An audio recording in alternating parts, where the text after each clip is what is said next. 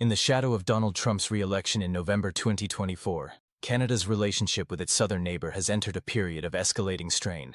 Almost immediately, the U.S. administration reimposed sweeping protectionist tariffs, 25% on a wide array of Canadian imports, and another 10% on energy exports, sending shockwaves through Canada's political and economic establishment. Then came a moment that turned tension into alarm. Trump, with characteristic bravado, floated the notion that Canada might one day become the 51st U.S. state. The remark, tossed out in a rally setting, was incendiary, an affront to Canadian sovereignty and pride. It hung in the air like a warning flare. Canada responded, not with retaliation, but with resolve. Trade diversification, long a policy talking point, suddenly became a national imperative. Sectors that could pivot began doing so, redirecting exports to Europe, Asia, and beyond. But oil, the lifeblood of the Canadian export economy, remains stubbornly tethered to the U.S. That dependence, though, is starting to crack. Behind closed doors in Ottawa and corporate boardrooms in Calgary, momentum has been building for a radical shift. On June 2nd, a closed-door meeting in Saskatoon opened a new chapter.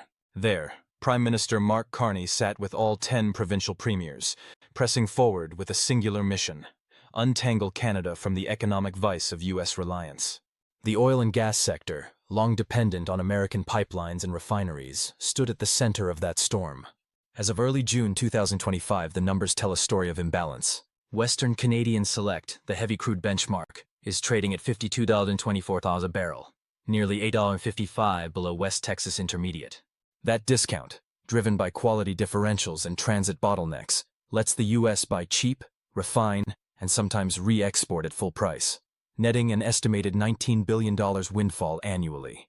It's a system that works exceptionally well for Washington. Canada, meanwhile, exports around 4.3 million barrels of oil to the U.S. daily, about 60% of all American crude imports. In 2023, 97% of Canadian crude headed south. The energy highway flows one way. That highway is now facing a challenge. The Trans Mountain Expansion Project, completed in May 2024, tripled pipeline capacity to the Pacific coast, from 300,000 to 890,000 barrels per day. For the first time in decades, a true outlet to Asia exists. But it's one pipe, one port, and already nearing capacity. Expansion? It faces the same gauntlet that killed Northern Gateway and Energy East. Regulatory mazes, indigenous land rights, and fierce environmental pushback. Gas follows a similar path. Canada exports over 5 billion cubic feet per day to the U.S., all of its gas exports. While LNG Canada is preparing to ship its first cargo by mid-2025, its full impact lies years ahead. For now, natural gas still flows south via pipelines like the BC-Washington Interconnect, feeding western U.S. markets. The urgency of the Saskatoon summit was unmistakable. Carney made it clear, under current systems, securing federal approval for a major energy or mining project could take up to 10 years. His proposal? Slash that to 2. Label key infrastructure as national interest and clear the path. We need to build the certainty, the stability, and the ambition to make Canada an energy superpower, Carney declared. His voice was calm, but the room, Premier Smith of Alberta, Premier Ford of Ontario, Premier Kano of Manitoba, buzzed with the weight of opportunity and opposition. Smith wasted no time. Alberta, producing 70% of the nation's oil, pitched a bold deal. A privately financed pipeline capable of carrying 1 million barrels per day to British Columbia's northwest coast. An initiative potentially worth $20 billion in annual revenue. In return, oil sands companies would commit up to $20 billion toward carbon capture and emission reductions. Carney leaned in. I agree with her, he said cautiously. The grand bargain was compelling, if emissions could be meaningfully curbed. Doug Ford called it the most productive federal-provincial meeting in a decade. Nothing carved in stone, he joked, but Carney walked out with a Santa Claus briefcase full of ideas. Not everyone was ready to ride the sleigh.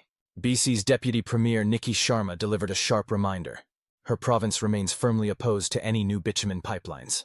There is no proponent for such a project, she said. Our focus is on shovel-ready renewables and critical minerals. Premier Kano proposed a future vision, a corridor to Hudson Bay and the Arctic. The Port of Churchill may be icebound part of the year, but with enough private sector resolve, he argued, it could be a gateway to global markets. Eastern premiers echoed different needs.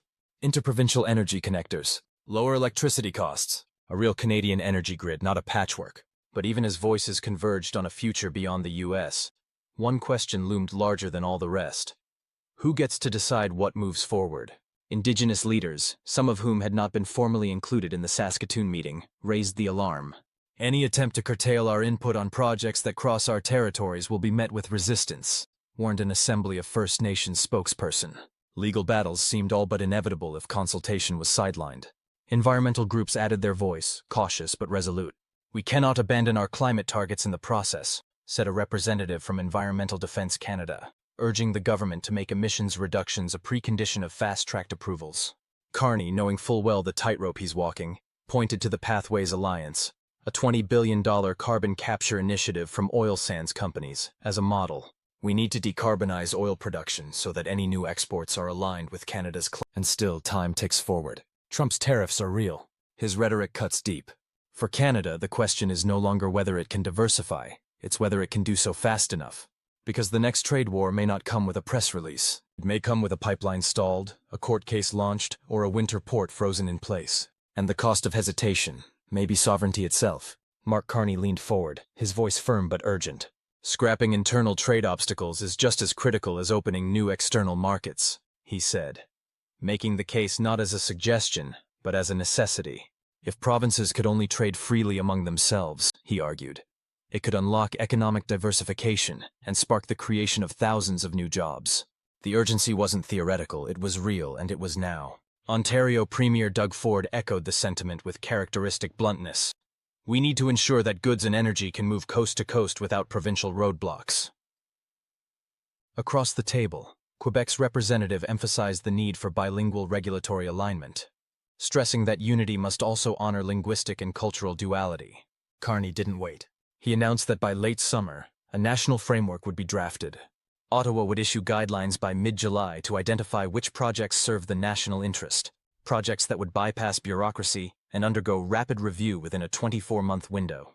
Every province and territory was given a hard deadline: submit up to 3 project nominations by July 15th. But this was not business as usual. The meeting came in the shadow of a thunderclap: U.S. President Donald Trump's announcement of a 50% tariff on steel. The stakes had changed overnight. Canada could no longer count on its largest trading partner. We cannot allow external shocks to dictate Canadian prosperity, Carney said, his tone turning from economic logic to national resolve.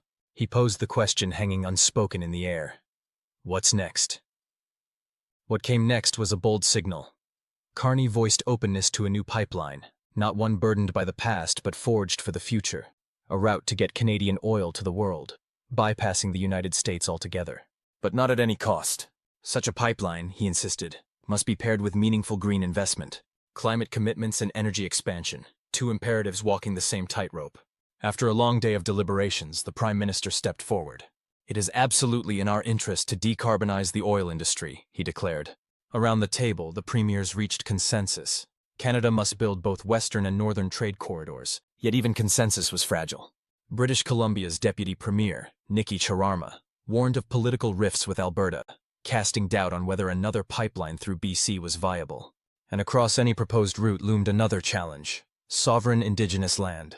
Some First Nations would support development, others would not. Legal battles seemed inevitable. Still, by the end of the session, all 13 premiers had submitted their bids, projects ranging from power lines to mines and ports, all hoping to gain national significance and be fast-tracked. It marked only the first step in Carney's greater mission: to sever Canada's economic dependency on a volatile U.S. market and carve a new future with new trading partners. He made it clear: Canada would still seek cooperation with the United States, but the days of complacency were over. We need to take matters very much into our own hands, he said. To understand why, one only had to look at the facts. Canada, one of the world's largest oil producers, had long been stifled by its own infrastructure.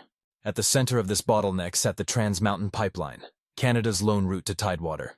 Originally commissioned in 1953, it once carried little more than crude oil from Alberta to the coast. Decades passed. Ownership changed hands. And in 2018, the Canadian government bought the pipeline outright for $4.5 billion, a controversial decision that now appears prophetic. The expansion project was daunting: nearly 1,000 kilometers of new pipeline through mountains, rivers, and fragile ecosystems. Yet by June 2024, the work was done. The pipeline's capacity had tripled, from 300,000 barrels per day to nearly 900,000. By mid-2025, the oil was flowing, not south to the U.S., but west, to Japan, China, South Korea, and India. The economic implications were massive. Toll revenues of $3 to $4 billion annually, profits funneled back into public coffers. A pipeline once mired in controversy was now a lifeline to global markets. But that came with a cost. The route sliced through rugged terrain and indigenous territories, demanding not just construction crews but trust. Over 130 indigenous communities were involved, some partnering through benefit agreements, others watching warily, aware that no pipeline could undo the damage of broken promises. And Trans Mountain was only part of the picture. The Enbridge mainline still carried 3 million barrels per day across the heart of the country, feeding U.S. refineries but offering no path to global buyers. This too was a vulnerability. By late 2024, Canada was producing 5.4 million barrels of crude per day. That would rise to 5.6 million by the end of 2025. But without further infrastructure, more pipelines, more terminals, growth would be stymied by bottlenecks, not scarcity. Which brings us to the coast of British Columbia, where a different kind of energy revolution was quiet. On Ridley Island near Kitimat, the LNG Canada project stood like a symbol of transformation. A $40 billion joint venture between Shell, Petronas, PetroChina, Mitsubishi, and Korea Gas. 2 LNG trains, a capacity of 14 million tons per year, all bound for Asia. Japan's Toho Gas and Tokyo Gas had already signed deals stretching more than a decade.